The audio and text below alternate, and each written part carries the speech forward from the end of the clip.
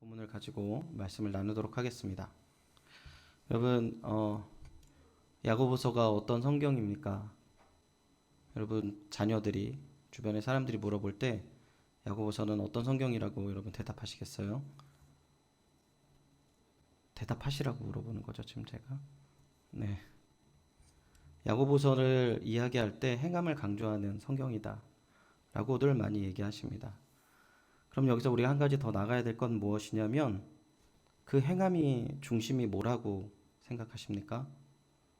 야고보가 결국 이야기하는 행함이 있는 믿음이 살아있는 믿음이라고 하는데 그 행함이 뭘까요? 여러분, 저는 개인적으로 야고보서를 쭉 준비를 하면서 야고보가 마지막으로 결국 이야기하는 것은 기도다라는 것을 말씀드리고 싶습니다. 우리 신앙생활을 하고 믿음 생활을 하는데 기도를 하고 있는가 안 하는가, 그걸 어떻게 알 수 있어요? 알 수 없습니다. 다만 하나님이 알고 계신다는 거죠. 하나님만 알고 계시고 우리의 신앙이 가짜인지 진짜인지도 주님만 아시는 것이죠.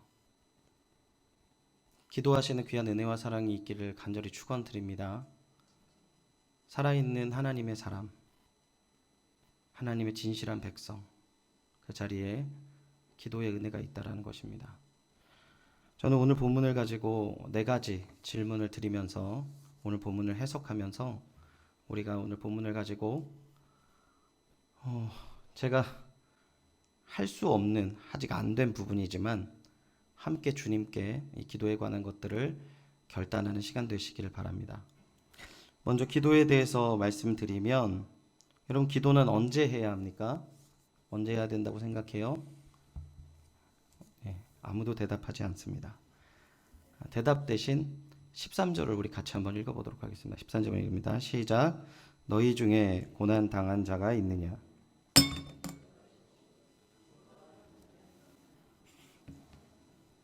아멘.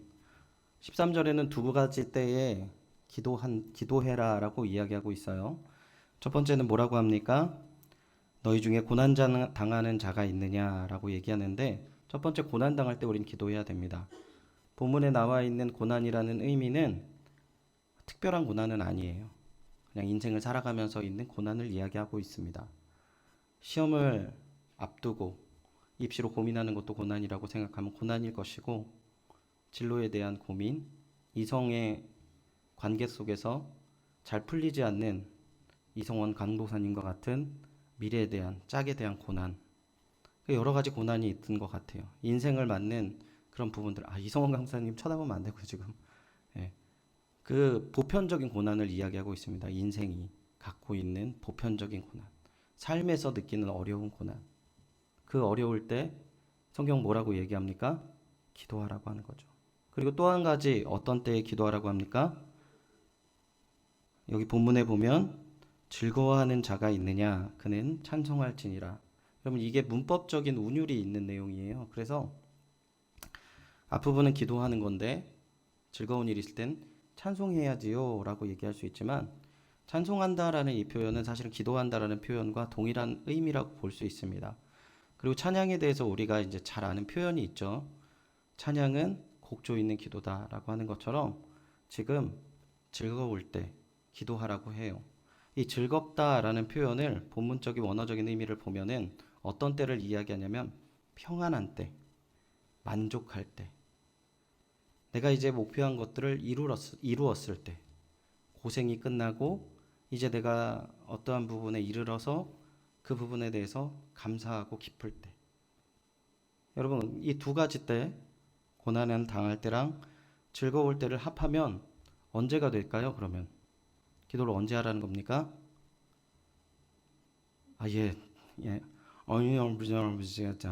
그쵸, 그때입니다. 그때 늘 기도하라는 것입니다. 기도를 언제 해야 된다고요?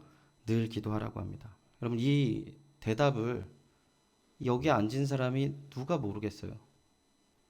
모르는 사람 있으세요? 야고보 사도는 지금 어려움을 당할 때, 기쁠 때 기도하라고 하면서 요구하는 행위 한 가지가 있는 거예요. 기도는 실제적이라는 거예요. 실제로 기도하라는 겁니다. 본문에는 나와 있지 않지만 그래서 야고보 사도를 뭐라고 야고보 사도의 별명이 있는데 혹시 아시는 분 있습니까? 낙타 무릎이에요. 낙타 무릎. 기도를 얼마나 열심히 했으면 낙타 무릎처럼 동그랗게 굳은 살이 배겨서 낙타 무릎이라는 것이죠. 입으로 기도하는 것이 아니라 몸으로 기도했다라고 얘기합니다. 매일매일 정해진 시간, 정해진 장소를 늘 비워두고 기도했다는 것입니다. 낙타 무릎이라는 되어 있는 문헌을 보면은 야고보가 기도했던 장소는 그 무릎만큼 무릎에 있는 자리가 움푹 패였다라고 해요.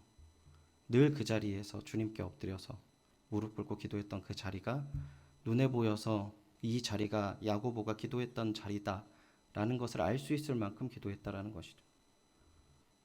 여러분, 이 말씀을 드리기에 매우 부끄러운 저이지만 말씀을 의지해서 권면드립니다. 몸으로 기도하시는 주님의 사람 되시기를 축원드립니다. 우리가 입으로 기도하는 경우가 너무나도 많아요. 그리고 또 가장 사단이 우리에게 주로 주는 유혹이 무엇입니까? 기도해야지 라는 마음만 준다는 것입니다.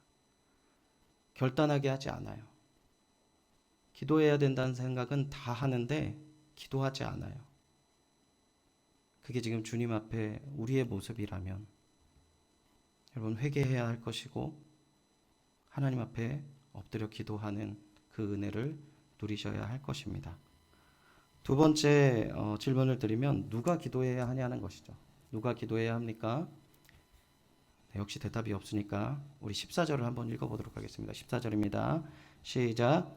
너희 중에 병든 자가 있느냐?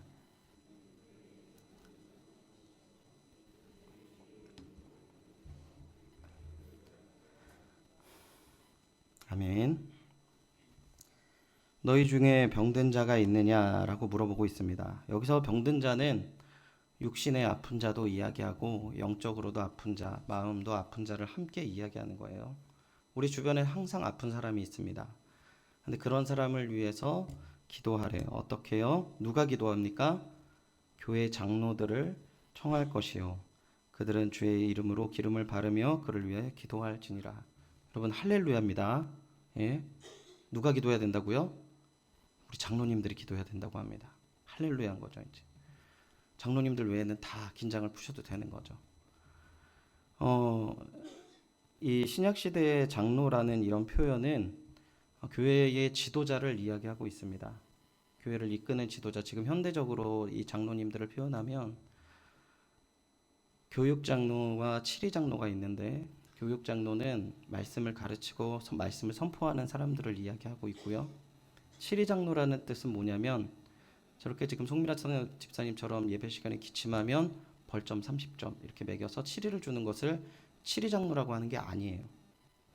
치리 장로라는 뜻은 뭐냐면 성도들을 양육하고 보호하고 돌보는 의미가 더 크다라는 거죠.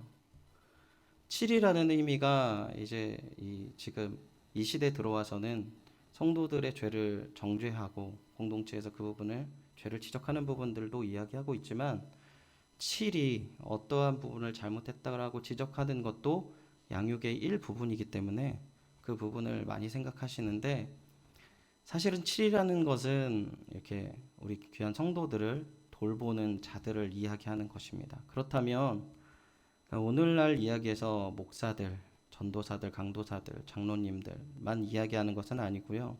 교사도 될 수 있고 우리 구역장님도 될 수 있고 그리고 이제 교회에 내가 정말 마음을 품고 섬기는 직분이 없는 자라 할지라도 이 범주 안에 들어갈 수 있다라는 것입니다.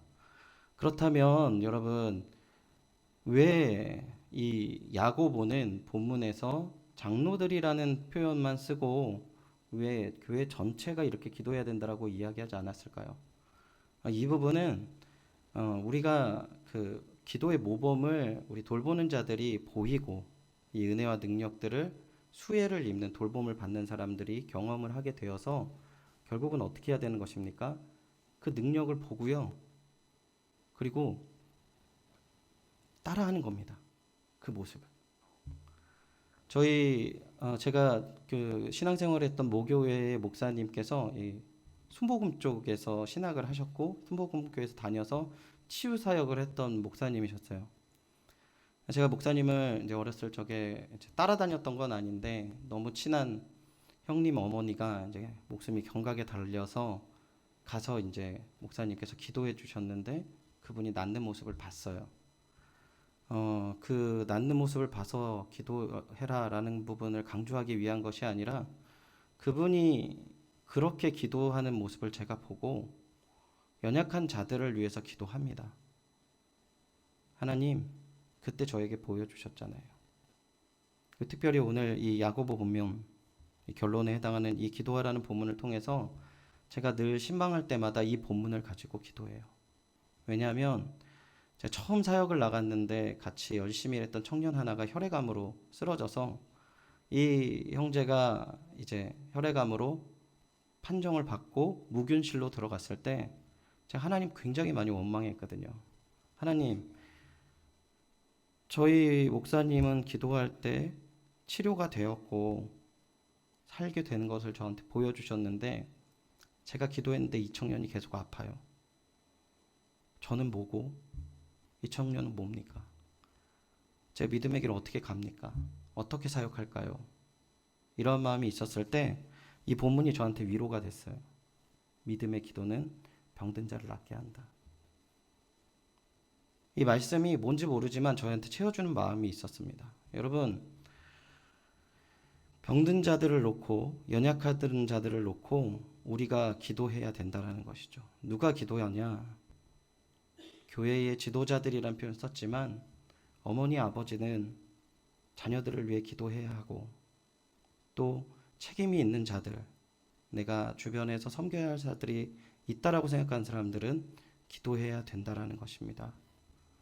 이 기도의 은혜, 이 기도의 자리가 나의 것이다라고 고백하시고 기도에 헌신하는 귀한 연희교회에 우리 섬기는 우리 어르신들 그리고 모든 우리 동역자들 되시기를 축원드립니다.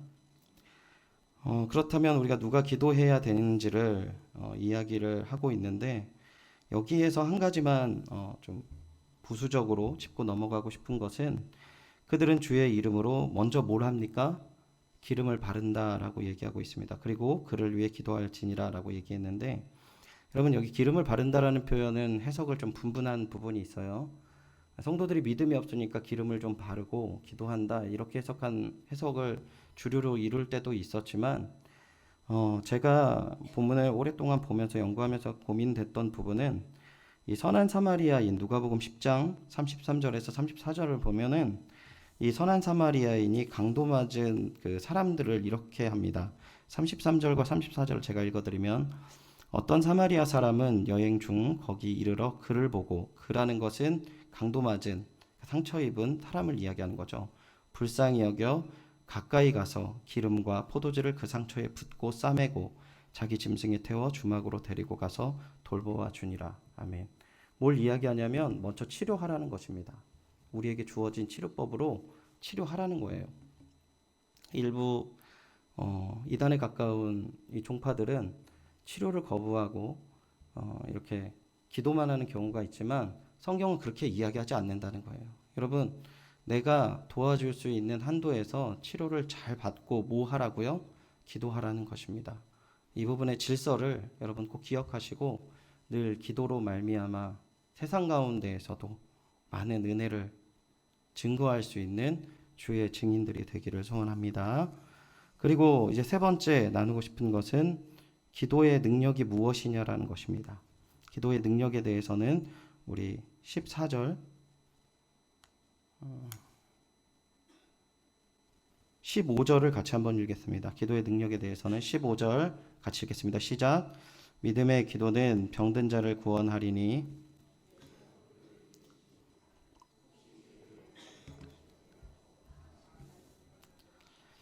믿음의 기도는 병든 자를 구원한다라고 했습니다. 이 믿음의 기도라는 부분에 대해서는 16절을 해석할 때 같이 해석을 하고요. 주께서 그를 일으키시리라. 혹시 죄를 범하였을지라도 사하심을 받으리라. 여러분 기도의 능력의 핵심이 여기에 있다라는 거 꼭 기억하셨으면 좋겠어요. 모든 상처를 하나님께서 다 치료하실 수 있다라고 하시는 것입니다. 할렐루야. 이 믿음이 있는 것이죠. 그런데 이 능력이 얼마나 뛰어나냐면 눈에 보이고 그 증상이 보이는 사람들도 치료가 가능하지만 눈에 보이지 않는 죄의 문제까지도 하나님께서 이 기도의 능력 안에서 치료하신다는 것입니다. 기도는요, 회복을 나타내는 거예요. 기도의 능력은 회복입니다. 우리가 아프고 힘들고 어렵다라는 것은 기도하지 않는다고 반증하는 것이죠. 왜냐하면 기도가 풍성하다면 우리 가운데 늘 회복함과 새로운 힘이 흘러넘친다라는 것이죠. 여러분, 이 회복과 흘러넘치는 힘이 우리 연희교회에, 그리고 여러분 가정 속에, 여러분 사역의 모든 장소 속에 가득하시길 축원드립니다. 이게 바로 우리 믿음의 기도라는 것입니다. 중요한 것은 무엇이냐면, 제일 중요한 게 뭡니까? 어떻게 기도합니까? 그걸 알아야 되는 것이죠.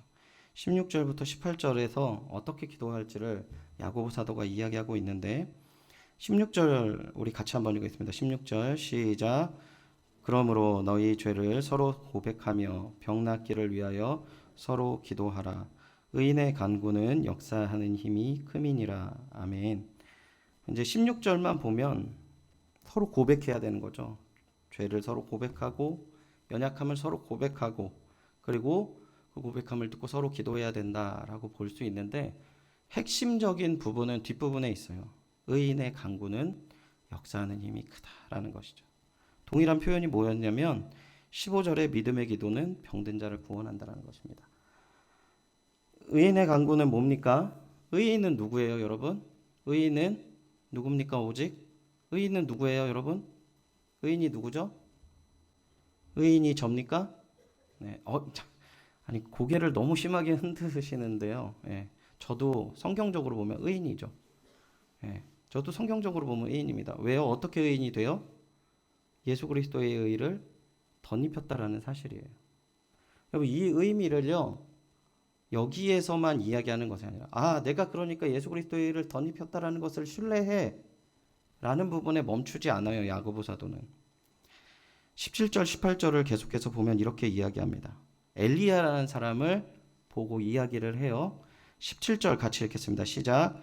엘리야는 우리와 성정이 같은 사람이로되 그가 비가 오지 않기를 간절히 기도한즉 3년 6개월 동안 땅에 비가 오지 아니하고 다시 기도하니 하늘이 비를 주고 땅이 열매를 맺었느니라. 아멘. 그러니까 엘리야가 기도하는 부분을 예로 드는 거예요. 우리가 의로 덧입혀졌다라는 사실과 더불어서 한 가지 더 사실을 인식을 해야 되는데, 엘리야의 기도에 대한 부분을 지금 야고보 사도가 이야기하고 있다는 것이죠. 17절 18절에는 엘리야가 기도를 해서 비가 멈췄고 또 기도해서 비가 다시 내리게 되었다라고 얘기하는데요. 우리 열왕기상 17장 1절을 한번 화면에서 보시고 같이 한번 읽어보도록 하겠습니다. 같이 읽어보겠습니다. 시작. 엘리야는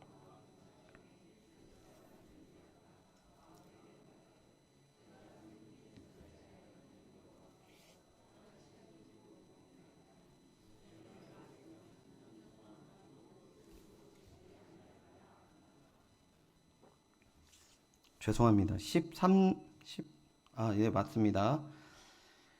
그 본문을 제가 다시 한번 읽어드리면, 길르앗에 우거하는 자 중에 디셉 사람 엘리야가 아합에게 말하되 내가 섬기는 이스라엘 하나님 여호와께서 살아계심을 두고 맹세하노니 내 말이 없으면 수년 동안 비도 이슬도 있지 아니하리라 라고 얘기하는 것인데요. 이거 뭘 이야기하냐면, 길르앗에 우거하는 자 디셉 사람 엘리야가 아합에게 하나님의 말씀을 선포하는 것입니다.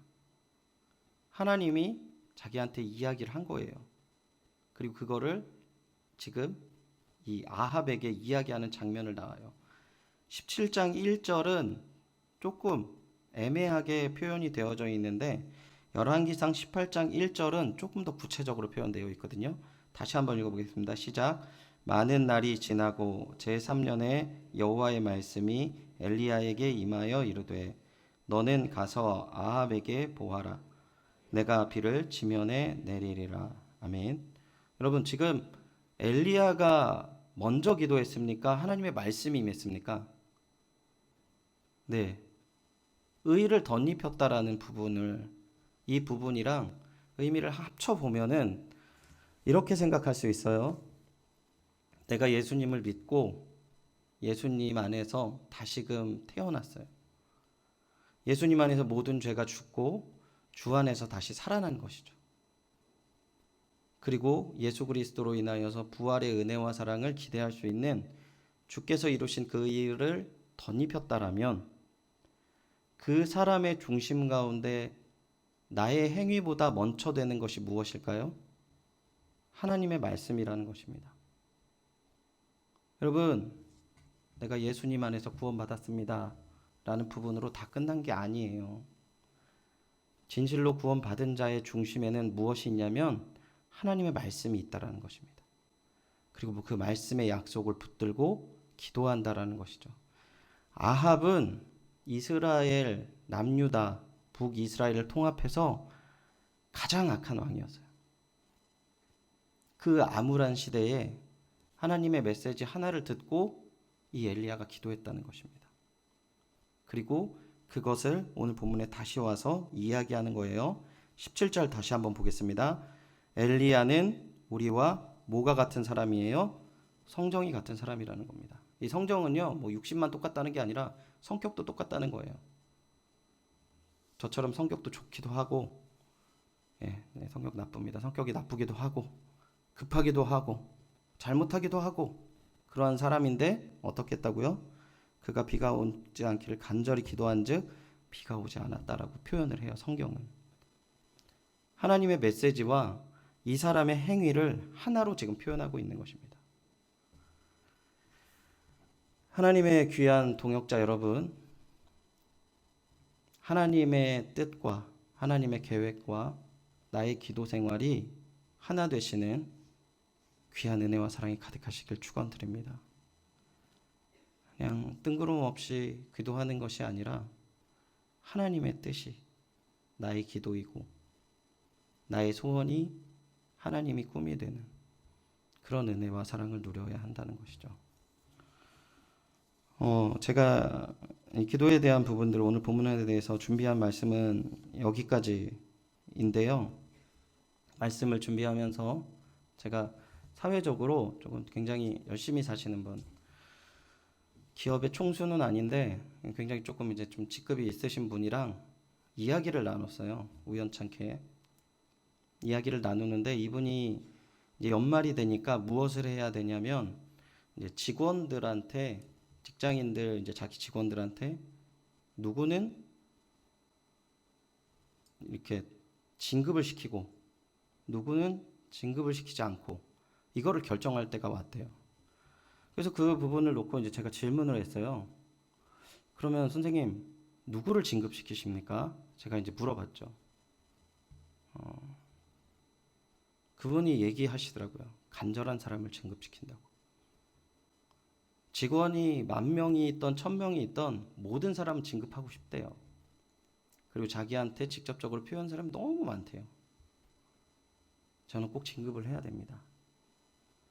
근데 이 사람이 이제 사원부터 쭉 올라가서 이제 그 진급시키는 자리까지 딱 올라갔으면 누가 일을 하고 누가 일을 안 하는지 알잖아요.